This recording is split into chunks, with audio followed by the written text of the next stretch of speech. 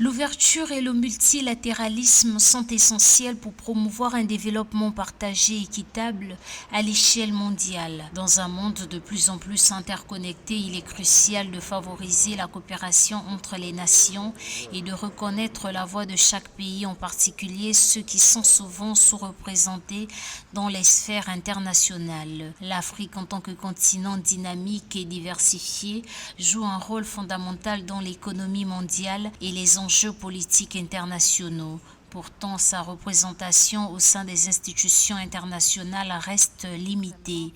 Les dirigeants africains appellent des puissances comme la Russie à soutenir une meilleure représentation de l'Afrique dans les cercles mondiaux de décision. Il est évident à nos yeux que la Russie a toute sa place pour se poser en tant que partenaire majeur, et nous sommes prêts à aborder avec elle toutes les grandes questions de coopération.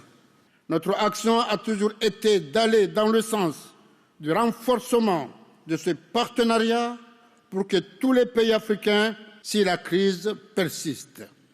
Donc, un accord doit être possible pour essayer de sauver les milliers de personnes qui sont dépendantes de ces importations.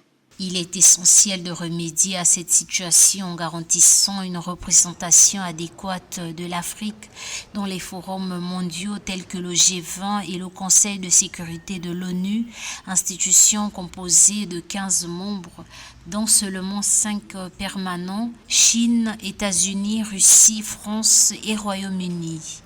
Nous faisons appel à la collaboration que nous a toujours apportée la Fédération de Russie. Nous espérons que nos délibérations nous aideront à trouver des solutions à nos problèmes. Je veux simplement évoquer ici quelques-uns de ces problèmes.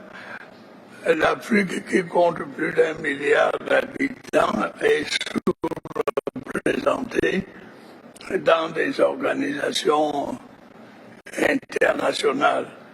Je parlerai notamment de l'ONU. Nous comptons sur l'appui de la Russie pour corriger cette défectuosité. L'Afrique devrait pouvoir entretenir des relations de coopération avec tous les partenaires mondiaux sans être pris en otage par les tensions entre l'Occident et la Russie.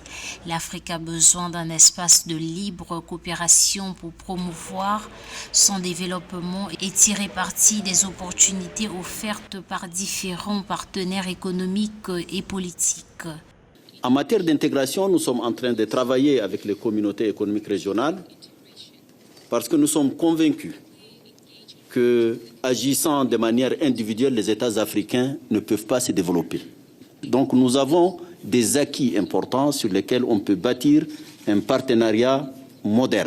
Ce qui est très important, le sommet a encore une fois confirmé la volonté de la Russie et de l'Afrique de développer notre coopération et de trouver de nouveaux domaines de notre partenariat bénéfique.